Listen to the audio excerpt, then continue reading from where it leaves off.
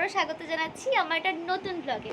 তো আজকে আমরা গেছিলাম পাতালেশ্বর। গেছিলাম বলছি তার কারণ হচ্ছে আমি এখন ইন্ট্রো শ্যুট করছি, আমরা বাড়ি চলে এসেছি, শেষ করবো এবার আমি ভিডিওটা, সেই জন্য এখন আমি ইন্ট্রো শ্যুট করছি, কারণ আমাদের ব্লগ করার কোনো কথাই ছিল না।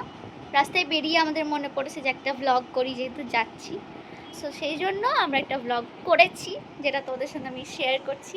ব্লগটা তোমরা দেখো অ্যান্ড আমাকে জানাও যে তোমাদের কেমন লাগলো, ঠিক আছে? তো আমি বেশি টাইম ওয়েস্ট করবো না, ডাইরেক্ট তোমরা ব্লগটা দেখো। আজকে 3টায় শুরু হয়েছিল খুব এক্সাইটমেন্টের সঙ্গে। ভোর 3টের সময় মানুষজন কি করে আমি জানি না, কিন্তু আমি আমার এক্সাইটমেন্টের চোটে ভোর 3টায় উঠে পড়েছি।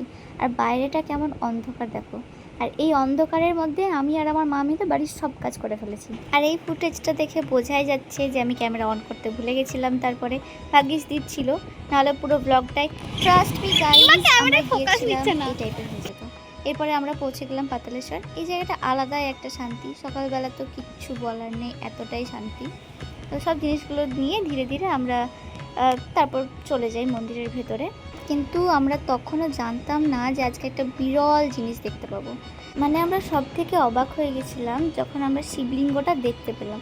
সাধারণত আমরা কি দেখি যে তামার আস্তরণে ঢাকা থাকে, তাই তো এই দৃশ্যটাই দেখতে পাওয়া যায়, কিন্তু আজকে আমরা এমন দেখেছি। সত্যি বলতে ওই মুহূর্তটা ক্যামেরায় ধরা হয়তো পুরোটা পড়েনি, কিন্তু আমার মনের মধ্যেই থেকে গেছে।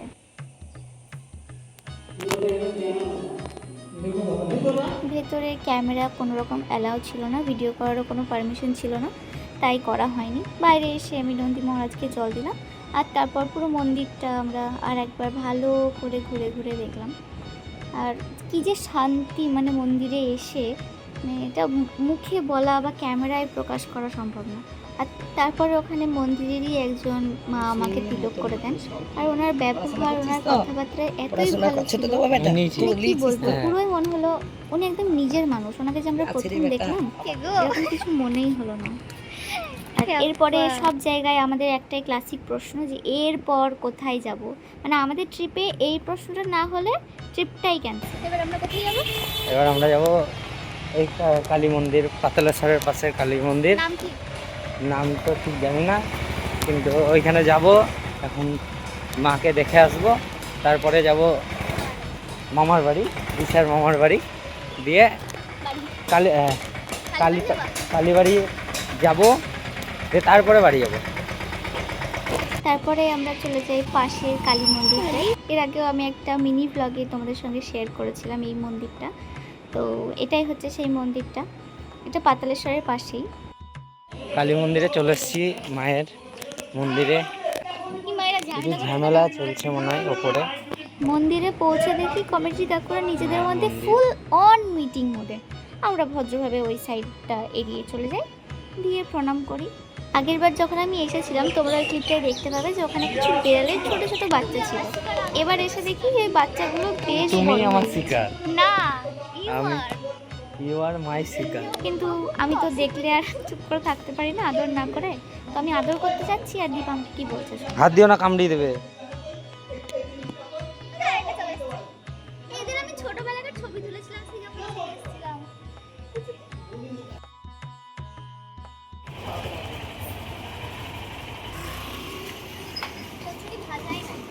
আমাদের কালীবাড়ি যাওয়ার কথা ছিল মামার বাড়ি থেকে বেরিয়ে, কিন্তু আমাদের এতটাই দেরি হয়ে গেছে ওখানে যে আমরা আর কালীবাড়ি যেতে পারিনি। আর এই রাস্তাগুলোতে আমরা যতটা না এগিয়েছি তার থেকে বেশি আমাদের গল্প এগিয়েছে। মানে এমনভাবে হাসাহাসি করছিলাম যে ক্যামেরা অন থাকলে হয়তো অর্ধেক কথাই সেন্সের বাইরে চলে যেত, কেউ বুঝতেই পারতো না। তার উপর আবার তারা ছিল, কারণ দীপের বাবাকে ও নিয়ে বাড়ি যাবে, তো সেই জন্য তো কি বলবো, বাইরে থেকে দেখলে মনে হবে আমরা কি তাড়াতাড়ি জরুরি একটা মিশনে আছি। আর ভেতর থেকে আমরা মানে ফালতু কথা, কোনো কারণ নেই বলে যাচ্ছে। আমাদের দুজনকে যদি একসঙ্গে ছেড়ে দেওয়া হয় না, তো এটাই হয়, যে জায়গায় পৌঁছানো সেখানে পৌঁছায় ঠিকই, কিন্তু বক বক আর শেষ হয় না। আরে এখানে গাড়ি পিছনে চলে যাবে, আমি এটাই বলছিলাম। আমি ড্রেস চেঞ্জ করে নিয়েছি, বাড়ি এসেছি, আর এখন সুদীপ্ত ভাস্কর বাড়ি যাচ্ছে। কিছু বলতে চান? Tata, bye bye. আবার অন্যদিন ঘুরতে যাবো, তখন ভিডিও হবে। নাটক। কোথায় ঘুরতে যাবে তুই অন্যদিন? আবার যাবো কোথাও। বাই। আব কাহো বাই। টাটা। গাড়িটা বের করে। হ্যাঁ। আজকের দিনটা খুবই সিম্পল ছিল, কিন্তু এই ধরনের দিনগুলো সব থেকে দামি আমার কাছে। কারণ একসঙ্গে কাটানো মোমেন্ট, এই যে হা হা হি হি করে বেড়ানো একসঙ্গে, সব জায়গায় ঘুরে বেড়ানো, ঘুরতে পেলে আমার আর কিচ্ছু লাগে না। আজকের দিনটা আমার কাছে খুব ভালো ছিল। Bye bye. ভাস্কর এখন হেলমেট ফেলে থুয়ে চলে গেছে, তাই নানিমা দাঁড়িয়ে আছি দেবে বলে। এখন উনি আসবেন ওদিক থেকে স্যাক স্যাক করে। ওই দেখো আসছে। তুমি আমার কাছে লিখেছো। হাই, তো দীপ চলে গেছে বাড়ি, আর আমি তো খাওয়া দাওয়া করে এসেছি মামার বাড়ি থেকে। কোনো ক্লিপ নিইনি, তার কারণ হচ্ছে মা মানা করেছিল মামার বাড়িতে কোনো ক্লিপস নিতে, যার জন্য আমি একটাও ক্লিপ নিইনি, নাহলে তোমাদেরকে দেখাতে পারতাম। সো এই ছিল আজকের দিনটা, কেমন লাগলো জানিও। আর অনেক দিন পর যেহেতু ব্লগ দিলাম, জানি রিচ অনেকটা কমে গেছে, অনেক ডাউন হয়ে গেছে, বাট যেহেতু এখন খুবই ব্যস্ত থাকি কাজে রাজেতে, তো আর ভিডিওটা ঠিকঠাক করা হয় না, বাট চেষ্টা করব রেগুলার হওয়ার। তো আজকের মতো এটুকুই, দেখা হচ্ছে আবার একটা নতুন ব্লগে। ততক্ষণের জন্য সবাই সুস্থ থাকবেন, ভালো থাকবেন, টাটা।